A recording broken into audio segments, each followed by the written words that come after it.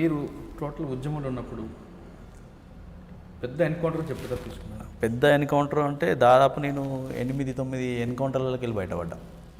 ఒక దగ్గర మీరు ఉన్నప్పుడు నలుగురు చనిపోవడం, మీరు ఎస్కేప్ అయినట్టుంది కదా. అది వచ్చేసి ఏంటంటే పాలకుర్తి దగ్గర అనుకుంటా. దానికంటే ముందు ఏంటంటే 90లో నేను ఫస్ట్ టౌన్ సీఈఓగా చేసిన తర్వాత నర్సంపేట దళంలో వెళ్ళాను. నర్సంపేట దళంకి అప్పటికి వచ్చేసరికి ఏంటంటే కాంగ్రెస్ వాళ్ళు ఓంకార్ అని ఉండే. వాళ్ళు ఏం చేసేవాళ్ళంటే నక్సలైట్ అంటే నర్సంపేటలో ఎవరిని తిరగనిచ్చేవాళ్ళు కాదు. దాంట్లో సోమన్ అని చెట్రాజు పాప అయినా చిట్యాల ఏరియా టేక్మట్లా ఉండే.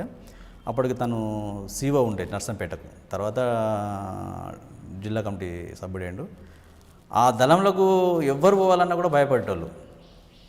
ఒక ముగ్గురే ఉండే. గోపన్న అని ఒకతను ఉండే, తర్వాత రమేష్ అన్న అని ఒకతను ఉండే, సోమన్న, ఇంకొకనే ఎర్రమల్లి. ఇక తర్వాత అందరూ మిగతా దళాలల్లో పోవడానికి సిద్ధపడ్డారు, కానీ ఆ దళంలోకి ఎవరన్నా పోవాలంటే భయపడేవాళ్ళు. దాంతో ఏం చేసిందంటే నేను పోతాను పెట్టుకున్నా. నువ్వు చిన్నపిల్ల కానీ అప్పుడు నువ్వు తిరగలేవు, ఉండలేవు, నువ్వు ఇక్కడనే ఉండు అని చెప్పేసి అంటే లేదు నేను ఇక్కడ టౌన్లో తిరగలేను ఎక్కువ కాలము. అప్పటికి తిరుగుతున్న క్రమంలో మా ఇల్లు కూడా కొట్టిండు. ఒకసారి ఇల్లు కూడా కొట్టిండు, ఇల్లంతా ధ్వంసం చేసిండ్రు.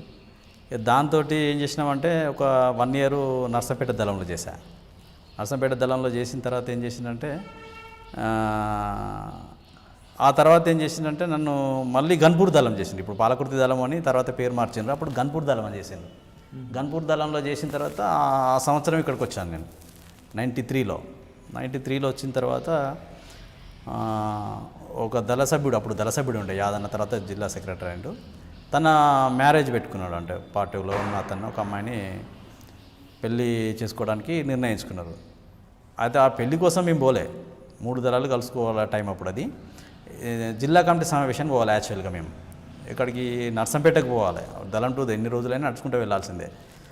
ఆ జిల్లా కమిటీ సమావేశం కోసమని మేము మీదికొండ గుట్టలు ఉంటాయి, చాలా పెద్ద ఎన్కౌంటర్. అది ఒక ఉద్యమానికి వరంగల్ జిల్లాలో చాలా లాస్ అయిందంటే అదే మెయిన్. 90 తర్వాత పెద్ద ఎత్తున నష్టపోయి ఒక సగం మంది క్యాడరే మొత్తం లొంగిపోయినారు. ఆ టైంలో ఏంటంటే మేము జిల్లా కమిటీ సమావేశానికి పోవాలి యాక్చువల్గా, 3 దళాలు కలిసి. మళ్ళీ మాకు లెటర్ వచ్చేసింది. మా కమాండర్ వచ్చి నాగన్న ఉండే అప్పుడు, అన్నసార్ దళం వచ్చేసి ఏసోబు ఉండే. అయితే మేము జిల్లా కమిటీ సమావేశం పోయేటోళ్ళము, ఆగిపోయినాం మధ్యలో. ఆగిపోయిన తర్వాత ఎట్లాగూ కలిసినాం కదా, తోటి దళ సభ్యుంది పెళ్ళి ఉంది కాబట్టి పెళ్ళి చూసుకొని వెళ్దామని చెప్పేసి 3 దళాలు అక్కడ ఆగినాం మీదికొండ గుట్టాలలో. అది వరంగల్ జిల్లాలో పార్టీకి తర్వాత అంటే చిన్న చిన్న ఎన్కౌంటర్లు జరిగినాయి, కానీ అంత పెద్ద నష్టం జరిగింది అదే ఫస్ట్ స్టార్టింగ్లో. అప్పుడు మేము 3 దళాలకు తెల్లవారు వస్తుంది, ఎటు పోలేని పరిస్థితి. వాళ్ళు ఆడ గుట్టల దగ్గరనే ఉంటాయి, మేము బావుల దగ్గర ఉన్నాము. అప్పటికి టార్చ్ లైట్ పట్టుకొని తిరుగుతూ ఉన్నారు. అంటే మేము అప్పుడు ఏంటంటే షికారు చేసేవాళ్ళు ఉండే, ఇది అడవి జంతువులను. అయితే వాళ్ళు కుందేళ్ళ కోసమని ఇట్లా షికారు చేసేవాళ్ళు ఉండే, వాళ్ళు కావచ్చు అనుకున్నాం మేము. అని చెప్పేసి మేము వాళ్ళని పట్టించుకోకుండా పోయి పెద్ద గుట్ట ఉంటుంది. ఇక తెల్లవారంగా మేము పోయి కింద ఆగినాము. ఆ 3 దళాలు కలుసుకున్నాం. అప్పటికి కలుసుకున్న తర్వాత నైటు ఆశన సెంటర్ ఉన్నాడు. అప్పుడు కలుసుకోగానే ఆశన సెంటర్ ఉన్నాడు. తన సెంట్రీ మారుతూ నేను సెంట్రీలోకి ఎక్కాలి. మాది 2 వేర్వేరు దళాలు అయినప్పటికీ కూడా కలుసుకున్న తర్వాత అప్పటి వరకు కంటిన్యూగా ఎవరు చేసిందో మేము సెంట్రీ రాసుకోవాలి. సరే ఇప్పుడు ఎవరైతే చేస్తే అనుకొని తన దళం నుంచి వాళ్ళ ఏరియా కాబట్టి ఫస్ట్ తన దళ సభ్యుడే అప్పటికి దళంలో సెంట్రీ ఆయనకే పడ్డది. తర్వాత నన్ను లేపిండు. నన్ను లేపేసరికి మేము చేంజ్ అవుతున్నాం. అప్పటికి తెల్లారి గట్ల 5 అవుతుంది, 5 నుంచి 6 మధ్యలో అవుతుంది. చేంజ్ అవుతున్న క్రమంలో ఇట్లా వంగుకుంటూ వస్తున్నారు. అరే ఏంటి అడవి పందులు అనుకున్నాం ఫస్ట్. అడవి పందులు అయితే ఇట్లా ఎందుకు వస్తాయి, అవి ఊరికొస్తాయి. కాదు కొద్దిగా పర్టికులర్ అని చెప్పేసి చూసినాం. మేము ఇద్దరమే చూసాం ఫస్ట్. చూసిన తర్వాత ఇక ఫైరింగ్ ఓపెన్ చేసాం. మేమే ఫస్ట్ ఫైరింగ్ ఓపెన్ చేసిన తర్వాత ఆశన కూడా ఫైరింగ్ ఓపెన్ చేశాడు. ఈలోపు వాళ్ళు కొద్దిగా గందరగోళానికి గురయ్యారు. కానీ మేము ప్లేన్ ఉంటేనేమో చాలామంది తప్పించుకునే వాళ్ళం. తర్వాత ఏమైందంటే ఇక మాకు గుట్ట తప్ప వేరే గత్యంతరం లేదు. ముందు సైడు మొత్తము పోలీసు, వెనక సైడ్ మొత్తం గుట్ట. ఆ గుట్టే వెక్కిపోవాలంటే వీళ్ళు ఫైర్ చేస్తే మాకే తాకుతున్నాయి. అప్పుడు ఒక 3 దళ సభ్యులకు చనిపోయినారు. దాంట్లో అందరూ పారిపోయారు మా దళంలో ఉన్నటువంటి వాళ్ళు, ఒక 4 తప్ప. మేము 4 3 రోజులు ఆ గుట్టలలో సొరికెలలో పైన పోలీసులు, కింద మేము. వాటర్ లేదు, తిండి లేదు, ఏమీ లేదు. 3 రోజులు ఆ గుట్టలలోనే ఉన్నాం. ఓ దిక్కు సొరికలలో ఉంటే బాంబులు వేసేవాళ్ళు, అంటే మేము వాళ్ళ లోపలనే ఉంటే చనిపోవాలనేది. అట్లా 2 రోజులు ఉన్నాం మేము. మా దగ్గర తూటాలు అయిపోయినాయి ఫైర్ చేయడానికి. నేను అప్పుడు దళ సభ్యున్నే. మా కమాండర్ ఏమో ఇంకో దిక్కు వాళ్ళ మీదకి ఎదురు దాడి చేసుకుంటూ తప్పించుకొని పోయిండు. అంటే అక్కడ చేసింది నాగన్న, ఏసోబు, తర్వాత నేను, ఇంకొక దళ సభ్యుడు తప్ప మిగతా వాళ్ళందరూ పోయిండు. అయ్యో. ఇక 2 రోజులు ఉన్నాం. అది పెద్ద ఎన్కౌంటర్. ఇక అప్పుడు ఆ దళం నుంచి పారిపోయేటువంటి వాళ్ళు కూడా ఏంటంటే తెల్లవారింది, మొత్తం కంప్లీట్ తెల్లవారింది. బయటికి వెళ్ళిపోతూ ఉంటే డ్రెస్సులలో ఉంటే ఎక్కడ చూసినా పోలీసే, కొన్ని వందల మంది పోలీసులు. ఒక దళ సభ్యురాలు అయితే దారుణమైన పరిస్థితి, మొత్తము యూనిఫామ్ ఉంటే తను ఇక చెప్పలేని బట్టలు మొత్తం విడిచేసి దన్న ఏం చేసిందంటే, మన డ్రెస్సులు ఉంటే ఏమవుతుంది, పట్టేసి చంపేస్తారు. టక్కున ఏం చేసిందంటే తను వ్యవసాయ కూలీలు వచ్చారు. ఆ వ్యవసాయ కూలీలు వస్తే వాళ్ళ చీరలు ఇప్పి తను కట్టుకోవడానికి ముందు ఏంటంటే ఆ బట్టలు ఆమె ఇప్పేసి చొప్పగుల్లో వచ్చింది. వచ్చిన తర్వాత మళ్ళీ కొద్దిగా పోలీసు వాళ్ళు అటు పోయిన తర్వాత వాళ్ళ డ్రెస్సులు ఇప్పించిస్తే తను కట్టుకొని మళ్ళీ బయటకు వచ్చేసింది. అది చాలా పెద్ద ఎన్కౌంటర్ అన్నట్టు. దాని తర్వాత దాని కంటిన్యూగా ఏమైందంటే నాగన్న అని మా కమాండర్ ఉండే కదా, తను వచ్చేసి ఏరియాకి వచ్చేసిండు. ఏరియాకి వచ్చేసిన తర్వాత ఏంటంటే అప్పటికే మా దళంలో అప్పుడు అంతకంటే ముందు ఒక అతను 91లోనే ఒక అతను దళసభ్యుడు అరెస్ట్ అయినప్పుడు ఆయన ఏం చేసిందంటే ట్రీట్మెంట్ కోసమని హైదరాబాద్కు తప్పంచ పట్టుకొని వచ్చాడు. అది యాక్చువల్గా అతను పట్టుకొని రావాల్సిన అవసరం లేదు, కానీ ఏదో అప్పుడు పార్టీ ఇట్లా తీసుకున్నదో తెలియదు. అరెస్ట్ అయిన తర్వాత హైదరాబాద్ జైల్లో ఉండే తనను పోలీసు వాళ్ళు ఏం చేసినట్టే కోవర్ట్గా మార్చిండు. అప్పుడే తను ఏం చేసిందంటే మేము అప్పటికి అబ్జర్వేషన్ చేయకపోయేసరికి ఏం చేసిందంటే నాగన్నను నేనే మిగిలినాం. ఆశన్న ఒకటి ఇట్స్ వైపు నుంచి. అయితే అప్పుడు మాకు టౌన్ నుంచి కొద్దిగా పరిచయాలు ఉన్నాయి కాబట్టి మేము అంత చెదిరిపోయింది కదా, దళాలు కలుసుకునే పరిస్థితి లేదు. అప్పుడు అనుకోకుండా మళ్ళీ మేము ఆశన టౌన్లో మేము తిరిగినాం కాబట్టి అక్కడ కలుసుకోగలిగినాం. ఇక్కడ నుంచి పారిపోయిన వాళ్ళందరినీ మేము క్యాచ్ చేసి మళ్ళీ టౌన్లో పెట్టి మళ్ళీ దళంగా జిల్లా కమిటీకి అప్పచెప్పినాం మేము. ఈ చెప్తున్న క్రమంలో ఏంటంటే ఎవరైతే ఈ కోవర్ట్ ఉన్నాడో ఆ నాగన్నను పట్టించేసిండు. ఆయన చనిపోయిండు. ఆయన అసలు నేను తన్ని మళ్ళీ జిల్లా కమిటీ ఏం చేసిందంటే వెపన్ గీపన్ అక్కడనే వదిలేసి సివిల్ అయినా పర్లే అని తీసుకొని వచ్చేసి అని చెప్పేసి నన్ను పంపించిండ్రు ఇది ఫారెస్ట్ తీసుకెళ్ళాలని. నేను లెటర్ ఇచ్చేసి మళ్ళీ తీసుకెళ్దామన్న టైంలో ఈయన తీసుకురాలేదు. ఈలోపు అనుకోకుండా పోలీసు వాళ్ళు ఏం చేసిందంటే వేరొక అతను చనిపోతే దాని గురించి పంచనామా కోసం వచ్చిందని చెప్పి అన్నారు. అది ఇప్పటికి కూడా క్లారిటీ లేకుండే దాని మీద ఏందనేది కూడా. అంటే ఒక ఘటనలో 4 చనిపోయారు, ఒక ఎస్కేప్ అయింది. నేను ఒక్కనే. అప్పుడు ఇదే కంటిన్యూలో ఏం జరిగిందంటే దళం మొత్తం డిస్టర్బెన్స్ అయిపోయింది. నేను ఒక్కడే మిగిలినాను. ఉన్న దళ సభ్యులందరూ సరెండర్ అయ్యారు. దీని తర్వాత ఏంటంటే మా కమాండర్గా శ్రీమన్నారాయణ వచ్చాడు. శ్రీమన్నారాయణ వచ్చిన తర్వాత తను ఆర్గనైజేషన్గా నేను బయటికి పోవాలన్నా అంటే మిలిటెంట్లను మాట్లాడాలి, క్యాడర్ను, తర్వాత తిండి తీసుకురావాలన్నా, అన్నం తీసుకురావాలన్నా, దళానికి బాట చూపించాలన్నా నేను ఒక్కడే మిగిలిపోయినా. ఆ క్రమంలో ఏం చేసినామంటే ఐలో అనే ఒక విలేజ్ ఉండే. ఆ విలేజ్లో ఏం చేసినామంటే నేను దళమంతా ఒక దగ్గర మాకు ప్లేన్ అంటే చిన్న చిన్న ఊరేళ్ళల్లో తప్ప వేరే మొక్కజొన్న చేన్లు లేకపోతే మిరప తోటలల్లో ఇలానే ఉండేది అన్నట్టు. అయితే మేమంతా అక్కడ పొద్దున్న దాకా ఆగినాము. ఆ రైతు ఏం చేసిందంటే మాకు యాక్చువల్ కూడా ఏంటంటే రైతుల సహకారం బాగుండే. మేము ఎక్కడ మాది మైదాన ప్రాంతమైన 20 మంది 30 మంది రైతులకు తక్కువ ఎవరు చూడకపోయేది మమ్మల్ని. అయినా కూడా మా ఇన్ఫర్మేషన్ ఇవ్వకపోయేది ఎవరికి కూడా. మేము ఎక్కడ ఆగినా కూడా చుట్టుపక్కల బావిలు అందరికీ తెలిసేది దళం వచ్చేసింది. కానీ ఎవరు కూడా మళ్ళీ మా దగ్గర ఉంచుకునేటోళ్ళం కాదు. అట్లా ఏమైందంటే ఆయనవోలు అనే గ్రామంలోకి నేను మిలిటెంట్లందరినీ మళ్ళీ సమావేశపరచడం కోసం నేను దళాన్ని 3 గంటల ప్రాంతంలో వదిలేసిన. సివిల్ అయ్యి ఊళ్ళోకి వెళ్ళిపోయి అన్నం తయారు చేయమని చెప్పేసి తర్వాత వేరే ఒక మిలిటెంట్ని అక్కడ రమ్మని చెప్పినాం, వేరే ఊరు అతన్ని సాయంత్రం. ఇక నేను అక్కడ చెప్పేసి దళం దగ్గర నుంచి వెళ్ళిపోయినా. ఆ రైతు ఏం చేసిందంటే మొక్కజొన్న కంకులు కాల్చిన తర్వాత వీళ్ళందరూ తిన్నారు. అప్పటికి ఏంటంటే ఈ పోలీసు నిర్బంధం బాగా అయిపోయి వెపన్స్ సూటాలు సరిపోవట్లేదు. ఎక్కడైనా ఫైరింగ్ జరిగితే అప్పుడు 20, 10 ఇచ్చేది. ఒక ఏకే ఉన్న వాళ్ళకు 2 మ్యాగజైన్స్ తప్ప ఇంకా వేరే ఉండకపోయేది. దాంతో ఏంటంటే పోలీసుల దగ్గర 100 తూటాలు ఉండే మనకు సరిపోతలేవు. మరి తూటాలు మనం సమకూర్చుకోవాలంటే కష్టం కాబట్టి మీరు గ్రైనేడ్స్ ప్రతి ఒక్క దళ సభ్యుడు కట్టుకోవాలి, 2 గ్రైనేడ్స్ కట్టుకోవాలి అనేది ఒక పార్టీ ఆదేశాల ప్రకారంగా ప్రతి ఒక్కరికి 2 గ్రైనేడ్స్ అదనంగా తుపాకీతో పాటు. దాంట్లో ఏమైందంటే మాకున్న అదే టైంలో కొత్త దళ సభ్యుడు వచ్చిండు. ఇంకా నేను దళ సభ్యులకు అంటే కొద్దిగా నిర్బంధం పెరిగింది. జిల్లా కమిటీ తీర్మానం కాలేదు, అంటే ఎవరిని తీసుకోవాలన్నా జిల్లా కమిటీ తీర్మానం ప్రకారంగా. అయితే ఆయన ఇంటికాడ ఉండలేని పరిస్థితి కాబట్టి ఆయన ఏం చేసిందంటే మా దళంతో ఉన్నాడు. ఉన్న క్రమంలో ఈ కంకులన్నీ కాల్చిన తర్వాత ఏం చేసిందంటే వీళ్ళు తినేయన్ని తిన్నారు. తిన్న తర్వాత ఆయన తుపాకీ, కిట్టు, చేతిలో సంచి, ఈ గ్రైనేడ్స్ ఉండేసరికి ఏం చేసిందంటే అది కింద పడిపోయింది. బండ ఉంటుంది, వీళ్ళు ఆ ఊరల నుంచి బయటకు వచ్చిన తర్వాత బండ ఉంటుంది. ఆ బండలో అప్పటికి నేను విలేజ్ నుంచి అన్నం చెప్పడానికి పోయినా కదా, నియరెస్ట్ ఒక 500 గజాల దూరంలో వచ్చిన దళానికి. ఒకసారి బ్లాంట్ అయ్యేసరికి పోలీసులు చుట్టుముట్టినని మళ్ళీ నేను బ్యాక్ ఉరికిన. ఒక 5 నిమిషాలు ఆగేసరికి అంటే కౌంటర్ ఫైరింగ్ వస్తుంది. అంటే పోలీసులు ఎక్కడైనా చుట్టుముడితే ఏంటంటే వన్ సైడ్ ఉండదు, 2 సైడ్ నుంచి జరుగుతుంది దళం కాబట్టి. అట్లా ఏం చేసినామంటే మళ్ళీ నేను దళం దగ్గరికి వచ్చేసిన. దళం దగ్గర రాగానే ఏం చేసిన అంటే అందరు కుప్పగులు పడిపోయింది. ఒక్క దళ సభ్యుడు తప్ప ఎవరు లేరుగా. అప్పుడు మా దళంలో నేను శాఖ మెంబర్ని. అప్పుడు డిప్యూటీ కమాండర్ లక్ష్మక్ అని ఉండే, కమాండర్ ఏమో శ్రీమన్నారాయణ ఉండే. శ్రీమన్నారాయణకి దెబ్బ తాకింది. ఇంకో దళ సభ్యుడు వాళ్ళు ఆయన భార్య మాధవ కానీ ఆమెకు దెబ్బ తాకింది. ఇలా ఇంకో దళ సభ్యుడు మొత్తంకి ఆయనకు సీరియస్గా గాయాలైనాయి. ఇక మిగిలింది ఒక్క సభ్యుడే, ఆయన వీళ్ళతో లేడు కాబట్టి ఆయనకు తాకలే, అంటే దూరం ఉన్నాడు కొంచెం. అదే దాంతో ఏమైందంటే నేను వచ్చేసరికి మొత్తం పడిపోయినరు. స్పాట్లో లక్ష్మక్క చనిపోయింది. చనిపోయిన తర్వాత ఉన్న వాళ్ళందరికీ బ్లీడింగ్ అయిపోతుంది. ఏం చేయాలన్నా తెలియక మళ్ళీ సోర్సెస్ లేదు, నేను ఒక్కడే తప్ప. ఇక మళ్ళీ ఎవరిని ఈ దళ సభ్యుని పంపిద్దామంటే ఈయన కొత్త ఆయనే.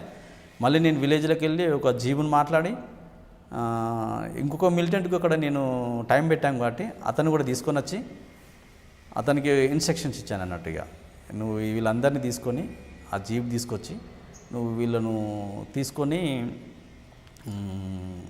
హాస్పిటల్ తీసుకుపో, ఎవరి దగ్గర తీసుకుపోవాలని కూడా చెప్పాము. మనకు అంటే టెక్నికల్స్ కొన్ని కాబట్టి ఏంటంటే చెప్పిన తర్వాత తను జీప్లో తీసుకొని ఐనోల్ నుంచి వర్ధనపేట పోయింది. హైవే రోడ్ నుంచి పోవాల్సింది, ఇక వేరే దారి లేదు. అది వర్ధనపేట పోగానే ఏమైందంటే జీప్ ఖరాబ్ అయింది నైట్లో. ఆ నైట్లే ఖరాబ్ అయిన తర్వాత వాళ్ళని ఏం చేయాలి, మళ్ళీ డ్రెస్లో ఉన్నారు, మళ్ళీ సివిల్ డ్రెస్ కూడా లేదు. మళ్ళీ వేరే తనకు కొంత ఆ ఏరియా మీద పట్టుంది, అతని ఆ ఏరియానే కాబట్టి మళ్ళీ ఇంకో జీప్ మాట్లాడి అందులో వేసిన తర్వాత మార్గ మధ్యలో పోయేసరికి తెల్లవారేసరికి ఏం చేయాలని అర్థం కాలేదు తనకి. హాస్పిటల్ పోలేని పరిస్థితి. ఈ జీప్ అతను రానని మొండికేసిండు. ఇంకొక జీప్ అతను మళ్ళీ ఏం చేసిందంటే తన వ్యక్తిగతంగా అంటే తన నిర్ణయం తీసుకొని, కమాండర్ కొద్దిగా మంచిగా ఉన్నాడు, తను ఏం చేసిందంటే ఒక తోటలు ఉందామని చెప్పి రోడ్డు కానుకొని ఉన్న తోటలో ఉండేసింది. వీళ్ళు హైవే రోడ్డు కానుకునే తోటలోనే ఉన్నారు ఏమన్నా కానీ అని. అప్పటికి మా దగ్గర ఒక దళ సభ్యురాలు చనిపోయింది. ఆడ వీళ్ళతో పోయిన దళ సభ్యుడు కూడా చచ్చిపోతే ఆ తోటలనే పాతి పెట్టిళ్ళు. అంటే మేము తర్వాత అడిగినాం, మరి అతన్ని ఏం చేశారు మీరు అంటే, ఇక మనం అక్కడ పోయి చేయలేని పరిస్థితి. వెంటనే ఏం చేసినామంటే ఈ దళ సభ్యురాలని, ఈ డిప్యూటీ కమాండర్ లక్ష్మక్కను మేము వాళ్ళ ఇంటికి అప్పచెప్పలేని పరిస్థితి. ఎందుకు అంటే నిర్బంధం. ఈమెకు బాంబు వేలింది, చనిపోయిందని తెలిస్తే మొత్తం హాస్పిటల్లో చుట్టూ ఎంక్వైరీ చేస్తారు, మిగతా వాళ్ళ ప్రాణాలకు ప్రమాదం అవుతుంది అని చెప్పేసి మేము ఆ రాత్రి ఎడ్ల బండిలో కట్టుకొని తీసుకెళ్ళాం. ఆ దళ సభ్యుడు నేను ఇద్దరం కలిసి బీరన్న అని మొగుల్చెర్ల ఉండే అతను నేను కలిసి ఏం చేసినామంటే ఎడ్ల బండిలో కట్టుకొని ఆ కిట్లు, తుపాకులు తర్వాత తీసుకొని వెళ్ళి ఇంకొక విలేజ్ పక్కకు పోయిన తర్వాత అక్కడ రైతు ఏం చేసిందంటే మమ్మల్ని అందరం చూసి ఒక పార అడిగినాం మేము, గడ్డపార. ఇప్పుడు మనం పాతి పెట్టాలి కదా, ఏం చేయలేము, ఎవరిని పిలవలేము, కుటుంబానికి అప్పచెప్పలేము. తన భర్త అప్పటికి డీసీఎం కడారి రాములు అని, కానీ తనకు కూడా చెప్పలేని పరిస్థితి, కమ్యూనికేషన్ లేదు. ఏదైనా కానీ మనం అని చెప్పేసి ఓన్గా కొద్దిగా నిర్ణయం తీసుకొని ఒక వాగులో పాతి పెట్టే క్రమంలో రైతు మాకు ఇబ్బంది పెట్టిండు. మళ్ళీ నువ్వు అసలు ఎవరిని చంపిండు, ఎవరిని పాతి పెడతాను మీరు, అరే మేము పర్షన్ అయినా, మరి ఈయనకెట్లా తెలుసు, ఈయన ఏదో ఉత్త క్యాజువల్గా అంటున్నాడు, అట్లా కాదు, మాది వేరే ఒక సామాన్ ఉన్నది, ఇక్కడ దాచుకుంటాం మేము, నీకేం ఇబ్బంది లేదా అంటే, ఇక మేము అతను మాయబడి వస్తున్నాడు. ఇక ఉన్న ఇద్దరిలో ఏం చేసినామంటే లోతు తవ్వి పెట్టాలి కదా, తను కొద్దిసేపు రైతు దగ్గర ఉంటే నేను పోయి తవ్వడం, నేను కొద్దిసేపు తవ్వితే తను ఇట్లా చేసిన తర్వాత ఏమైందంటే ఇక అయిపోయింది. ఈలోపు ఈ శ్రీమన్నారాయణ ట్రీట్మెంట్ అంతా అయిపోయి మా దళం దగ్గరికి వచ్చే ముందు ఆయన పార్టీ ఇన్స్ట్రక్షన్లు కాకుండా వ్యక్తిగతంగా ఒకరిని కలుద్దామని పోయేసరికి వాళ్ళు ఇన్ఫర్మేషన్ ఇచ్చి పట్టించాం. తను తీసుకొచ్చి జనగాం దగ్గరనే ఒక పెంబర్తి దగ్గర చంపేశారు. దీని తర్వాత ఏంటంటే మేము ఇద్దరమే ఉన్నాం కాబట్టి మాకు ఇప్పుడు వీళ్ళని తీసుకుపోయినా మిలిటెంట్ ఉన్నాడు కదా, తనను కూడా మేము మాతో ఉంచుకున్నాం. ఎందుకంటే మళ్ళీ నువ్వు పోయి వాళ్ళు మా దగ్గర రాకముందుకు మళ్ళీ నువ్వు ఎక్కడున్నారో చెప్తే ఇబ్బంది అవుతుంది అని మాతోనే ఉంచుకున్న తర్వాత ఏమైందంటే ఈ ఎట్లా ఎన్కౌంటర్ చేసిండ్రు, ఇది శ్రీమన్నారాయణ దొరికి ఎన్కౌంటర్ చేసిండ్రు. చేసిన తర్వాత అప్పుడు మేము ఏదో ఒకటి నిరసనగా యాక్షన్ చేయాలి. అంటే ఈ దగ్గరలో ఏమున్నది, పాలకుర్తిలో అప్పుడు ఎంఆర్ఓ ఆఫీస్ ఉండే, అంటే అప్పుడు ప్రభుత్వ ఆస్తులను ఎందుకు ధ్వంసం చేయాలంటే నిరసన కోసమే. అలా భాగంగా ఏం చేసినామంటే మేము ఆ 20 అనే ఒక గ్రామాన్ని ఎంచుకున్నాం. మేము ఆ దగ్గరలో ఉన్నటువంటి వాటిల్లో ఒక మిలిటెంట్ కలిశాడు. మరి ఇట్లా మనము సాయంత్రం చేద్దాము అని చెప్పేసి, మరి ఎక్కడ ఉందాం ఏంది ఉన్నదే సెంట్రీ, బయట ఎక్కడ ఉన్నా కూడా సెంట్రీ ఉండాలి, ముగ్గురమే కాబట్టి ఈ సెంట్రీ చేయాలంటే కష్టం. మరి ఎక్కడైనా మనం ఉందామా అంటే ఏం చేసిందంటే ఒక దగ్గర ఉంచుదామని చెప్పి తీసుకుపోయి అక్కడ ఉంచిండు. తను ఎప్పుడో పోలీసులకు పోయిండంటే ఆ విషయం మనకు తెలియదు. అయితే మేమేం చేసినంటే ఆయన అక్కడ ఉంచుదాం ఇక్కడ ఉంచుదామంటే, సరే మేము ఉంటాం లేదని మేము ఎక్కడొక దగ్గర ఉంటాము, నువ్వేం చేయంటే సాయంత్రం వరకు నువ్వు పాలకుర్తికి వెళ్ళి ఒక 10-15 లీటర్ల డీజిల్ పెట్రోల్ తీసుకొని వచ్చేస్తే, ఎందుకంటే మన సింహనారాయణ చనిపోయిండు, మన కమాండర్ చనిపోయిండు, దాన్ని నిరసనగా ఇప్పుడు మనం దూరం వెళ్ళి ఎక్కడ ఏది చేయాలని కూడా కష్టం ఉంది, మన దళం కాబట్టి ఖచ్చితంగా మనం ఏదో ఒకటి చేయాలి మనం అని చెప్పేసి మేము ఆయనను పంపిస్తే ఆయన సాయంత్రం తేలేదు. సాయంత్రం యాక్షన్ చేద్దాం అనుకున్నది ఫెయిల్ అయింది. మళ్ళీ తెల్లారి ఏం చేసినామంటే మళ్ళీ ఎక్కడ పోయి చేయాలన్నా కూడా కష్టమే. ఆయన ఏదో కారణం చెప్పిండు, కారణం చెప్తే మేము సరేలేని నమ్మేసినాం మనం. తర్వాత ఈ ఎన్కౌంటర్ అయిన తర్వాత అతను ఇన్ఫార్మర్గా మారిండని తెలిసింది. అప్పుడు మళ్ళీ తెల్లారి రోజు ఏం చేసినామంటే, సరే ఇవాళ ఎట్లా మిస్ అయిపోయింది కదా, నైట్ మనం బయట ఉండలేము, నిన్ననే బయట ఉంటే ఇబ్బంది అయింది అని చెప్పేసి ఏదైనా ఒక ఇంట్లో ఉంచంటే ఒకరి రైతు ఇంట్లో ఉంచిండ్రు. ఆ రైతు ఇంట్లో ఎందుకు ఉంచిందంటే వాళ్ళు ఏదో సమస్య ఉన్నదట, ఎప్పటి నుంచో చెప్తున్నాడు వాళ్ళ సమస్యను సాల్వ్ చేయాలి, మాట్లాడాలంటే భార్యాభర్తల పంచాయతీలో భార్య రావట్లేదు, మీరిద్దరు అంటే వాళ్ళని భార్యని కౌన్సిలింగ్ ఇచ్చి మాట్లాడితే వస్తుంది అని చెప్పి అంటే, సరే వాళ్ళ సమస్య కూడా మాట్లాడినట్టుంటుంది, ఎప్పుడు అంతకుముందు నుంచి చెప్తున్నాడు కానీ మనం పట్టించుకోలేదు. ఆ విధంగా రైతు ఇంట్లోకి వెళ్ళారు. రైతు ఇంట్లోకి వెళ్ళిన తర్వాత ఏంటంటే పొద్దున మంచిగా ఉన్నాము. మధ్యాహ్నం ఈయన ఏం చేసిందంటే అతను ఆ ఊళ్ళో ఇతను పోకుండా వేరే ఒక అతనికి ఇన్ఫర్మేషన్ ఇస్తే ఆయన డైరెక్ట్ వరంగల్ పోయి పోలీసులకు చెప్పిన తర్వాత అప్పుడు ఓఎస్డీ ఎవరు ఉండే అంటే ఉమేష్ చంద్ర ఉండే. అప్పుడు ఈ గ్రేహండ్స్ దళాల కంటే ముందు కూడా ఏంటంటే బ్లాక్ కమాండో ఫోర్స్ అని చెప్పి ఒక సపరేట్ శిక్షణ ఎస్ఎస్ ఫోర్స్ అని ఒక ఫోర్స్ జిల్లా సపరేట్ నక్సలైట్ల కోసం అనేది ఒక స్పెషల్ పార్టీ. అప్పుడు ఈ సపరేట్ వాళ్ళకి శిక్షణ ఇచ్చిండు, ఈ మామూలు పోలీసులు అయితే దళాల మీద అటాక్ చేయలేకపోతున్నాయి అని చెప్పేసి.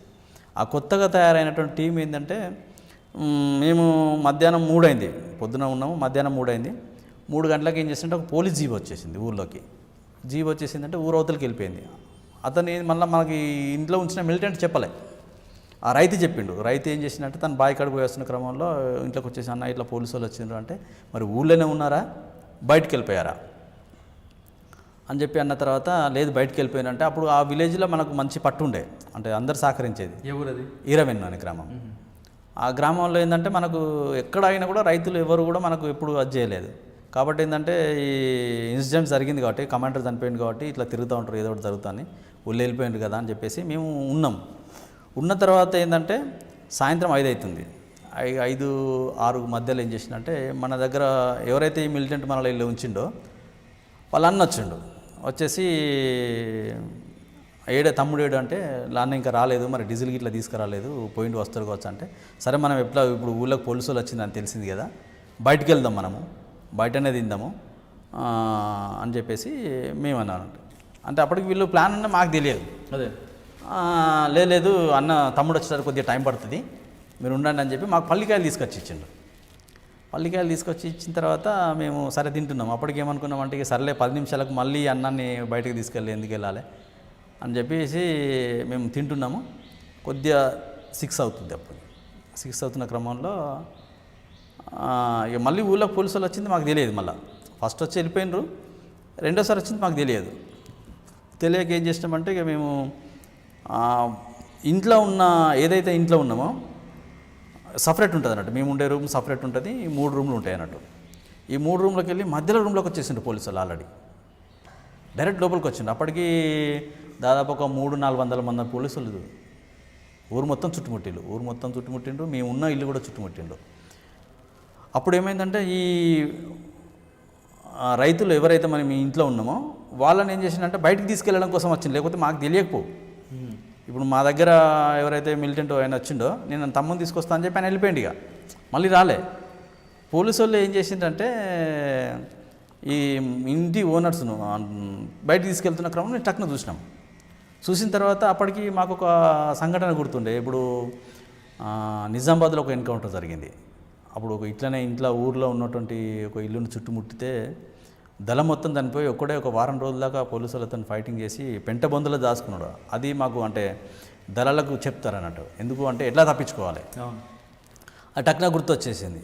గుర్తొచ్చేసి ఏంటంటే వితిన్ ఫ్యాక్షన్ ఆఫ్ సెకండ్లో మనం బయటపడాలి, లేకపోతే మనం తప్పుకోలేము అనేసి ఏం చేసినట్టు నాతో ఉన్న దళ సభ్యులకు ఏం చేసినామంటే మనం ఇమీడియట్గా 5 మినిట్స్లో వాళ్ళు కౌంటర్ ఫైర్ చేయకముందుకు మనం ఫైరింగ్ మొదలు పెట్టాలి, నేను ముందుంటా మీరు వెనక రండి, మీరు భయపడాల్సిన అవసరం లేదని చెప్పేసి డోర్ ఓపెన్ చేసేసి ఏకతను డైరెక్ట్ వాళ్ళకంటే ముందే ఫైరింగ్ కొట్టేసిన తర్వాత నేనేం చేసిందంటే అదే స్పీడ్లో చుట్టూ కాంపౌండ్ ఉంటుంది, ఆ కాంపౌండ్ జంప్ చేసి బయట దునికాను. అప్పటికి ఏంటంటే మాకు ఒక ట్రైనింగ్ ఉండే, అప్పుడు మేము స్పెషల్గా ఒక ట్రైనింగ్ చేసాము. దాంట్లో ఏంటంటే 5-6 ఫీట్ల గోడను ఈజీగా దునికిపోయేది నేను. మాకు అప్పుడు పోలీసు యాక్షన్ సంబంధించిన ఒకటి ట్రైనింగ్ ఇచ్చింది కాబట్టి ఆ ట్రైనింగ్లో అది మాకు అప్పుడు ఉపయోగపడ్డది నాకు. దాని తర్వాత ఏంటంటే జంప్ చేసి బయట వీళ్ళు ఫైరింగ్ ఓపెన్ కాగానే నాతో ఉన్న వాళ్ళు కూడా ఎంబడే వస్తే అయిపోయేది. వీళ్ళు ఏం చేసిండ్రు, మళ్ళీ రూమ్లో కురికిండ్రు. నేనేమో బయట దునికేసి బయట నుంచి కూడా ఫైరింగ్ చేసుకుంటూ వెళ్ళిపోయినాం, వాళ్ళ మీదికెళ్ళి కొట్టుకుంటారు. అప్పటికి వాళ్ళ ఫైరింగ్ అయితేనేమో నేను బయటపడేవాడిని కాదుగా. నేను ఎప్పుడైతే ఫైరింగ్ ఓపెన్ చేశానో వాళ్ళంతా గందరగోళానికి గురై గెరిలలో ఒక ఉంది ఒక యుద్ధ తంత్రానికి సంబంధించినటువంటి ఏంటంటే ఎవరైతే ముందు అడ్వాన్స్గా ఫైర్ చేస్తారో అవతలి వాళ్ళు తొందరగా గందరగోళానికి గురవుతారు, ఎందుకంటే వాళ్ళు ప్లాన్డ్గా ఉండరు కాబట్టి. వాళ్ళు ప్లాన్డ్గా వచ్చినప్పుడు కూడా ఫస్ట్ మనం అనుకోకుండా చేసినాం కాబట్టి వాళ్ళు గందరగోళానికి గురై వాళ్ళు ఇంకా పూర్తిగా పొజిషన్ తీసుకోలే. దాంతో కొద్ది దూరం కూడా ఎంబడి పడ్డారు నా ఎంబడి. అప్పటికి చీకటి అయిపోయింది, ఇక చెప్పులు లేవు, ఆ రాత్రి అంతా తెల్లారి వరకు నడుచుకుంటూనే వెళ్ళిపోయినా. అట్లా ఏంటంటే అక్కడ మీరు మిస్ అయ్యారు కానీ మిగతా నలుగురు చనిపోయారు ఫైరింగ్లో వాళ్ళు మనకు తెలిసిన